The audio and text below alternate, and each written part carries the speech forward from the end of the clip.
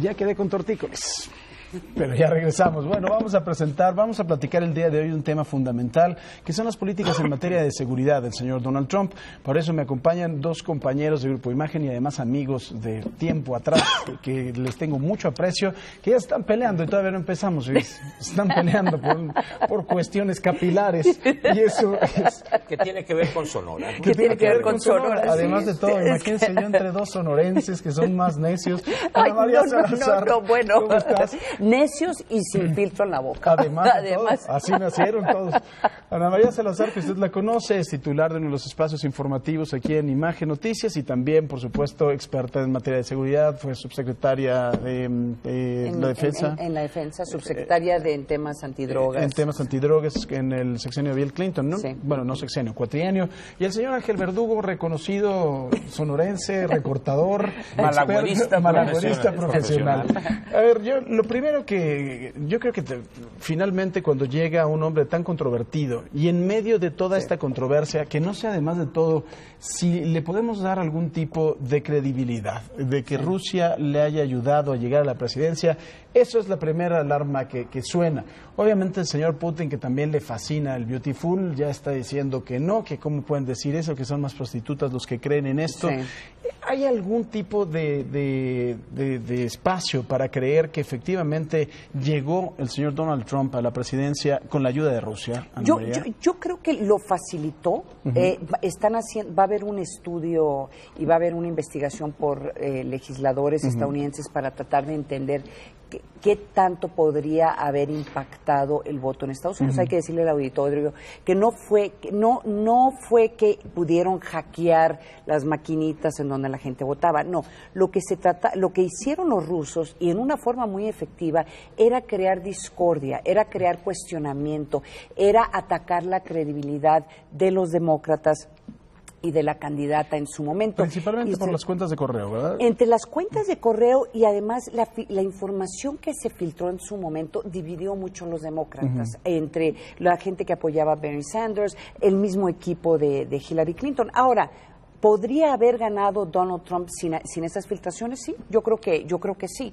Pero obviamente el hecho es de que si hubiera sido presidente de los Estados Unidos, Hillary Clinton, los rusos hubieran usado también estas filtraciones para atacar a su presidencia. Claro. Entonces, aquí el problema para Estados Unidos es muy grave, porque lo que esto demuestra es la fragilidad, en cierta forma, de cómo se ejerce el voto y la opinión y la credibilidad de sus gobernantes, ¿no? ¿Tú qué opinas, Ángel? ¿Sí pudo haber yo difiero de mi estimada como y querida siempre. Paisana, como siempre. No es más extraño. Yo creo que aquí debemos precisar las cosas en función de algo tan simple como son los números.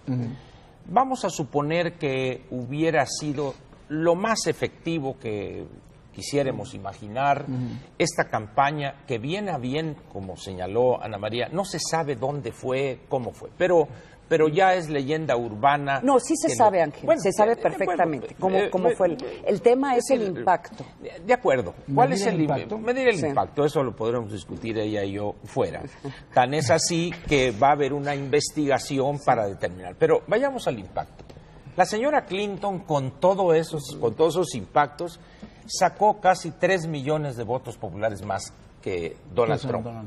En todo caso, hay que señalar que lo que hizo que llegara a presidente el señor Trump se debe al sistema electoral. Entonces, estamos hablando de que hicieron para que votaran a favor de Trump. Pues, señores rusos, hackers, dispénsenme, pero se quedaron cortos 3 millones de votos. Entonces, esos son los números. Lo otro, bueno, si no les conviene ese sistema, bueno, que presenten iniciativas los dos partidos, que modifiquen la enmienda correspondiente y se genere una situación. Que no lo van a hacer, ¿verdad? Que no lo van a hacer, por supuesto. Entonces, yo creo que por un lado, no niego en lo más mínimo y menos a esos niveles el efecto que pudiera tener una campaña de esa o de otro tipo. Yo creo que hay otros elementos mucho más profundos que explican y que se va a decantar a lo largo de los próximos meses. Yo creo que finalmente revivió el racismo que está... Así es. Le rascas así esos, también a algunos norteamericanos. Racismo, los dolidos por la sexismo, globalización, sí. el sexismo, sí. El establishment político que ha generado rechazo. Cualquier semejanza con lo que vemos en México es simplemente coincidencia. Oye, a mí, en materia de seguridad, me parece que el principal peligro que corre la Unión Americana es su propio presidente. Bueno, depende de qué capacidad tienen los asesores alrededor del propio presidente y el mismo equipo de seguridad y el mismo establishment diplomático que tiene Estados Unidos, porque a pesar de que este viernes va a haber un nuevo presidente, hay todo un equipo, toda una burocracia que llevan décadas y décadas. O sea, las personas que han trabajado en México probablemente van a ser personas que continuarán trabajando en México a pesar de que cambien algunas figuras. Claro. El tema es la capacidad que tengan ellos de poder hacer una continuidad en algunos aspectos. Por ejemplo, la posición que ha tomado Estados Unidos ante Rusia por décadas. ¿Qué capacidad van a tener de poder hacer esa continuidad? Hay mucha preocupación. Y hay mucha preocupación porque el mismo presidente electo, Donald Trump, ha estado atacando los organismos de inteligencia, las corporaciones de inteligencia, de una forma devastadora. Nunca se había visto eso en la historia de Estados Unidos. Eso es a lo que voy. Me parece que eso debilita a las instituciones de inteligencia y además muchos lo desean, ¿no? Y lo han dicho, sobre todo los mexicanos que traemos ahí una guerra con el señor Trump impresionante y otros lo piensan. La posibilidad de un atentado en contra de Trump. Incluso, además de todo, si se anda peleando con los servicios de inteligencia, ya le pasó a un presidente en la historia de los Estados Unidos, ¿no? Qué bueno que cierras este comentario con ese último punto. Porque, mira, como dirían en Pilgrim's Pride o en Bachoco, son más las echadas que las ponedoras. Cuando un político está en la etapa de candidato, puede decir lo que quiera. Cuando está en ese interregno entre la elección y la toma de posesión, le baja de volumen al radio. 3 rayitas le baja. No le ha bajado mucho. No le ha bajado, ¿eh? Bueno, no le ha bajado. Otra vez, pero vamos a suponer, bajado. Por la personalidad de Trump no le ha bajado. Muy bien.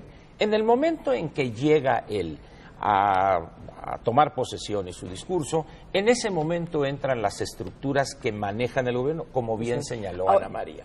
El Mexican Desk en el Departamento de Estado, y así como hay el European Desk, los que tienen que ver con la OTAN o NATO en inglés, son instituciones dentro de una gran institución que es el Estado norteamericano. Estado como el instrumento... Pero está mal, Ángel. Aquí es donde se equivoca Ángel, desafortunadamente. Bien, está bien. Porque en el caso de Donald Trump, eso es lo que tiene a todos sorprendidos. No le ha bajado en este proceso en donde es presidente electo y está tratando de crear equipo, sino ya existe una gran preocupación que una vez en la presidencia, donde deberían de funcionar estos controles, él se brinca, literalmente se brinca estos controles como con Twitter.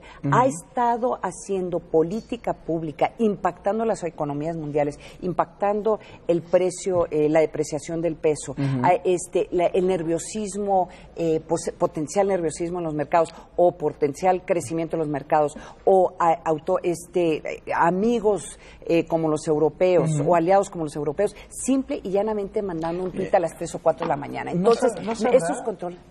Miren, vamos a irnos 8 años atrás. Antes, la opinión de los dos. ¿Es viable, es posible, es una posibilidad sobre la mesa que puedan atentar en contra de Trump, sí o no?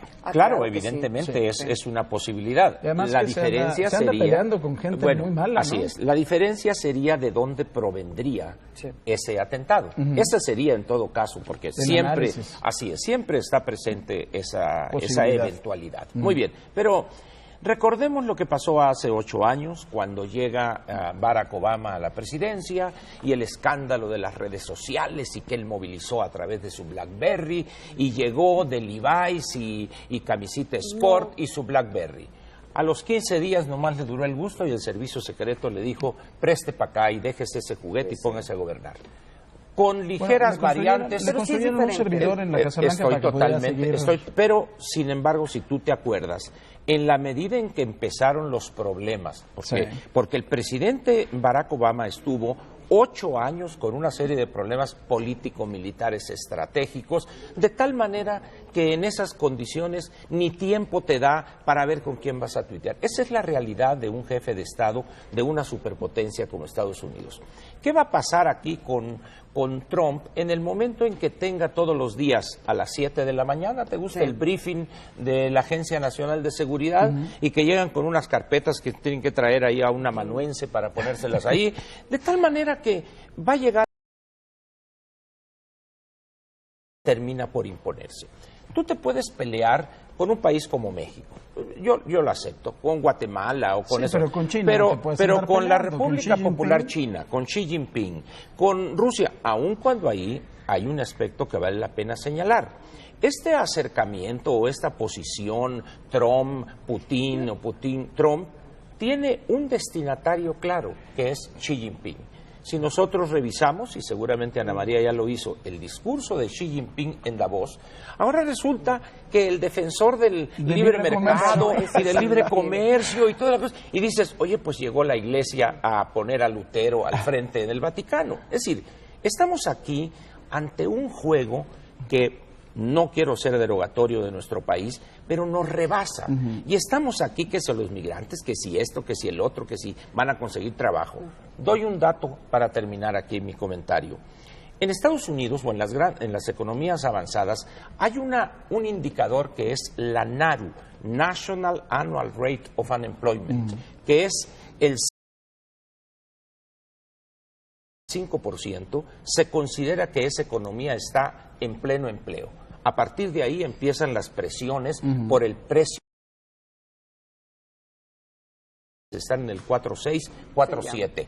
Cuando llega el presidente y dice, yo voy a ser el creador de empleos más grande de la historia porque Dios me mandó y me dijo eso, el señor no tiene idea de lo que dice. ¿Por qué?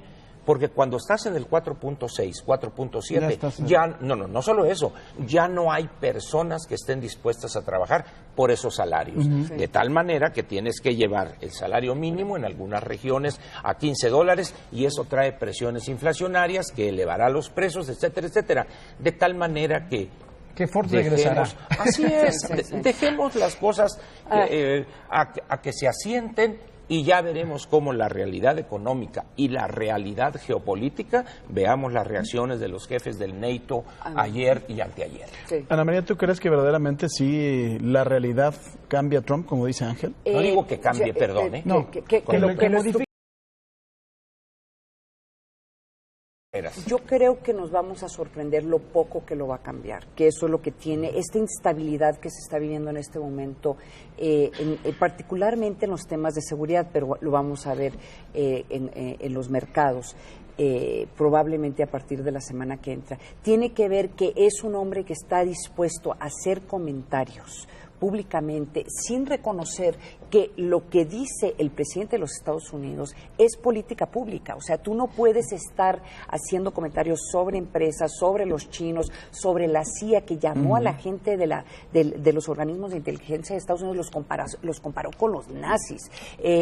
No puedes hacer ese tipo de comentarios sin pensar que puede haber un impacto. Entonces, el hecho de que haya esta esperanza, porque es una esperanza, de que, como dice Ángel, la realidad política y de seguridad lo va a alcanzar y que vamos a tener a un Trump menos sonorense, o sea, con filtros en la boca y filtros en Twitter. Yo creo que es un poco ingenuo. Y dos, el daño que se ha hecho. Ingenuo. ¿Cuándo fue la última vez que te dijeron ingenuo? Bueno, pues Ángel es ingenuo, cree en las instituciones. Ahorita va a ver lo que le voy a decir. Ándale, voy a decir, pero... Vamos a hacer una pausa porque está muy bueno y vamos a tratar con ustedes, regresando, si esta época, la época de Donald Trump, será una época más segura para la Unión Americana y para el mundo o no. Eso me parece que es una pregunta fundamental. Hacemos una pausa. Estamos en Imagen Noticias. No se vaya. Ángel Verdugo, Ana María Salazar, Ángel Verdugo. ustedes en esta muy interesante y además dinámica mesa de debate con Ana María Salazar, experta también en seguridad, compañera y todo, ya se los dije, subsecretaria de la Defensa, y Ángel Verdugo, que es... malagüerista profesional. Sí, es la mejor forma de presentar a Ángel. Yo les hacía la pregunta antes de irnos a corte, si la Unión Americana será un país más seguro o menos seguro en la época Trump, y el mundo también, porque creo que de la acción de la Unión Americana a veces se puede también desprender otras acciones en el mundo por la falta o la mucha cooperación que pueda tener. ¿Tú qué opinas, Ana María? Yo creo que va a ser inicialmente menos seguro. Y habría que ver qué sucede en los siguientes 3 o 4, en 4 o 5 años, ¿no? Pero menos seguro, ¿por qué? Porque la seguridad de un país como Estados Unidos, de una democracia como Estados Unidos, en gran parte depende de su capacidad de crear coaliciones, de crear acercamientos y de usar la diplomacia y los libres mercados para estar negociando con potenciales enemigos. Y lo que está haciendo Donald Trump de a golpe, literalmente tuiteando, es crear preocupación dentro de la OTAN, es crear preocupación con uno de los socios más importantes de Estados Unidos en cuestiones de seguridad, que es México. La única forma de entender la protección de la frontera entre ambos países es la capacidad que tengan de coordinarse y no de imponer. ¿No? Pues, pero el muro no te para muchas cosas, o sea, te para o te crea cierta confianza de que no va a pasar, tal vez van a pasar menos con migrantes, pero si quieren parar a terroristas que quieran entrar a Estados Unidos, un muro no los para, sino lo que los para es esa capacidad de que alguien dentro del gobierno de Estados Unidos agarre el teléfono y pueda hablar con alguien aquí en México y decir, ¿sabes qué? Tenemos información de esto y esto y esto. Lo mismo es en el resto del mundo. Entonces, la preocupación de los analistas de seguridad, y yo me incluyo entre ellos, es que esta agresión que hay en contra de tantos aliados en este momento. El mismo acuerdo con Irán, que se podrá cuestionar este acuerdo que se hizo para poder tratar de reducir la capacidad de Irán de tener pues el uso de nuclear para armas de destrucción masiva. Muchos lo podrán criticar, pero era un esfuerzo de poder tener esas conversaciones y acercamientos. Era desactivar un poquito, ¿no? Les doy un ejemplo, el que más preocupa en este momento. Uno de los únicos países que ha tenido la capacidad de medio moderar las reacciones de Corea del Norte son los chinos. Y ahora Donald Trump se despierta una mañana, empieza a tuitear atacando a los chinos, que van a ser uno de los socios más importantes, los aliados más importantes en poder controlar lo que seguramente va a ser una de las grandes crisis mundiales de qué va a pasar con Norcorea y ya cuando esté amenazando a lanzar misiles. Muchos pensarán, no lo va a hacer porque es loco, pero no tan loco. A ver, ¿qué garantía hay de que no lo vaya a hacer en este momento? Y va a haber... Sí los tendrá. ¿Qué? Los intercontinentales que tanto dices, ¿sí los tendrá? ¿Pero quieres correr el riesgo? O sea, ese es el tema. Y los que podrían saber, a lo mejor son los chinos, ¿sí? No, claramente no los estadounidenses. Entonces, ¿a dónde va este comentario? Es que se le critica mucho a Barack Obama y al mismo George W. Bush el de estar promoviendo estos acuerdos diplomáticos y tratar de usar la diplomacia y los acuerdos comerciales como una forma de reducir los conflictos. ¿No? Sí, claro. Pero el decir, vamos a mandar el ejército de Estados Unidos acá, vamos a mandar los marines acá, tampoco te va a dar mucha seguridad. A corto plazo, yo creo que Estados Unidos es mucho más inseguro a partir del viernes que lo es en este momento. Yo creo que el problema de la seguridad, más o menos seguridad, tendríamos que, en primer lugar, definir o aceptar que ese concepto en los últimos 15 o 20 años, a partir de lo de las Torres Gemelas en Nueva York, ha cambiado. Las amenazas tradicionales a las que estuvimos acostumbrados desde los primeros años de la posguerra, o quizá a partir de 1990 con la desintegración de la Unión Soviética y todo lo que trajo, yo creo que ha cambiado radicalmente porque el enemigo, en primer lugar, es algo medio amorfo, medio indefinido. El terrorismo como se conoció en los años anteriores también ha cambiado. Sí, la simplificación del terrorismo a través de un camión y el atentado en Niza, a mí me tiene helado. Simplemente una persona le quita a un policía una pistola y los 2 cargadores que trae, entonces trae ahí simplemente 40, 45 balas con los nuevos cargadores que hay, 16 más 14, serían 46 con uno en la recámara. Esa persona con ese elemento aparentemente inocuo ante el aparato de seguridad puede causar una matazón y el terror ahí está. Es decir, lo primero que debemos señalar o aceptar con el concepto de seguridad o inseguridad es que ha cambiado su presentación, su origen. Segundo, si a eso le agregamos que aquellos factores ideológicos que privaban durante la Guerra Fría y luego con la cuestión de globalización y libre comercio, resulta que ahora, bueno, ni siquiera lo que planteó Huntington en el Clash of Civilization, sino que ahora ni siquiera tenemos civilización contra civilización o cultura contra cultura, sino que tenemos a un grupo de seguidores con lo que dicen que dijo Mahoma y que murió en el siglo VIII de nuestra era, pues simplemente estamos ante un fanatismo que no teníamos considerado en el radar, como dicen los clásicos. Pero es un fanatismo y además de todo creo que es un movimiento de rechazo, ¿no?, a la exclusión que han vivido. Como pretexto está bien, se justifica. Sin embargo, si esa es la causa, pues es muy fácil resolverlo. Vamos a incluirlo, vamos a hacer un plan Marshall para el Medio Oriente. Sin embargo, es algo mucho más profundo que eso. Estamos hablando de cuestiones fundamentalistas en términos religiosos y si nosotros revisamos la historia de Occidente en lo que se refiere al fundamentalismo de las religiones, nos vamos a encontrar con actos de una violencia increíble en todas las religiones. De tal manera, pues, que hoy lo primero que tendríamos que precisar al hablar de mayor o menor nivel de seguridad de un país, de una región, de una ciudad incluso, tiene que ver con la definición de la amenaza, y eso hoy miente el que diga que está perfectamente definida. Ahora, les iba yo a hacer una pregunta que resulta obvia por algunas cuestiones. ¿Esto nos va a impactar a nosotros en nuestra seguridad? Yo sé que no necesitamos ayuda de Donald Trump para tener problemas de seguridad, como muestra lo que sucedió ayer en Cancún, que es una tragedia absoluta. Pero, de alguna forma, ¿esto nos va a impactar a nosotros? Donde tiene México el riesgo de sufrir. Estamos incluidos en el famoso video ese de ISIS, en donde los aliados de Estados Unidos está nuestra bandera. Pero, ¿qué tan cercano es un atentado terrorista en México de ISIS o de cualquier grupo de estos extremistas? Mira, el tema es que de nuevo retomando los muy sabios comentarios de Ángel. En esta ocasión. Sírvanle de lo más caro. Doble. No, pero es cierto, el tema es cuáles son las amenazas. Si estamos hablando de un atentado terrorista dentro de los Estados Unidos que podría tener un impacto en los mercados mundiales, obviamente nos va a afectar. Si estamos hablando... No, pero el acto como tal. El acto como tal, sí. O sea, pero un acto terrorista en México, en este momento, en donde, que la verdad es que se han tardado, en donde buscarían atacar intereses estadounidenses para poder mandar un mensaje a Estados Unidos, es absolutamente factible. Ahora, la prioridad que le dé el gobierno mexicano a estar identificando posibles individuos que estuvieran interesados en hacer eso, pues también depende de la capacidad de poder coordinarse los organismos de inteligencia para detener ese atentado.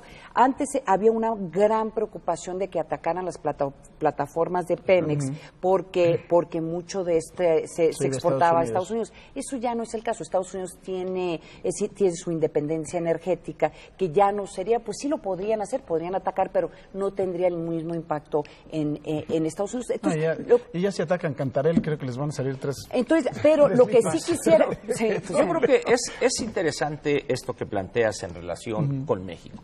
Yo creo que aquí en México los causantes de terror son otros y están ubicados en otro lugar. Vamos a ver. Si tú me dices, a ver, va a llegar esta persona y nos va a ayudar. Y si yo te digo, esta persona subió 80% la deuda pública del sector público federal en 4 años y no ha habido crecimiento. Eso ha generado una tensión extraordinaria en el gasto. Yo no digo que necesitemos ayuda para pero lo que me refiero, lo que estoy señalando es la diferencia del acto de terror. Si ahora eso lo combinamos con un nuevo secretario de Hacienda que nadie le entiende, acaba de estar en una conferencia sobre perspectivas económicas en el ITAM, y asistentes ahí estaban con cara de "What, ¿qué quiso decir?". Es decir, más terror que esas dos personas con sus medidas, difícilmente lo podemos tener. ¿Por qué? Porque estamos dejando de lado las causas reales de este malestar social, que sería la pradera seca. No, y te entiendo muy bien, pero ¿tú crees que ISIS vendría a México o ni siquiera les interesamos? Es más, mira, ni siquiera llegan a una agencia de viajes. Da 2 boletos para México, ¿dónde quedan? No sabemos. No, es decir, ¿sabes qué? Las probabilidades de que alguien llegue a México y que al llegar para cruzarse a Estados Unidos llegue a México, lo asalten, trate de cruzar, o sea, hay más probabilidades. Le quiten el carro. Bueno, nos decían ahora que con Santo Claus le iba la Profepa ahora, con la cosa de la prohibición de los animales a quitarles los renos. Parece que Mancera arregló para que no les quitaran el caballo, el madero de seguridad, y el elefante. Ángel, ¿Es seguridad? Es seguridad. Seguridad nacional. No existe eso aquí en México. Seguridad nacional y renos. Ana María, hablar de seguridad nacional en un país como este, que es de chiste, por favor, pero seamos serios. Tenemos que hacer terminar con la mesa. Les agradezco mucho. Yo creo que sí hay peligros. Así es, pero claro que ningún peligro sí es mayor a nuestro propio peligro, ¿no? Eso sí. Ana María Salazar, como siempre, muchísimas gracias. Vamos a repetirlo porque me divertí mucho y yo creo que la audiencia también. Gracias, Ángel Verdugo. Gracias. Hacemos una pausa, volvemos con usted, no se vaya. Esto es Imagen Noticias.